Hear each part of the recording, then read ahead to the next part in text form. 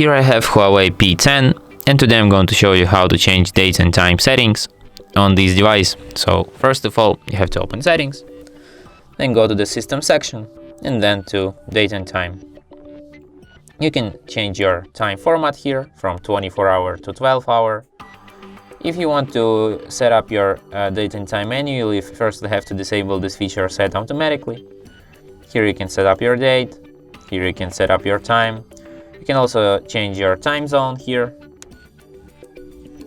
There is also an option dual clocks to show one clock is where you are and the second clock is your home city, region, and here you can select your home clock.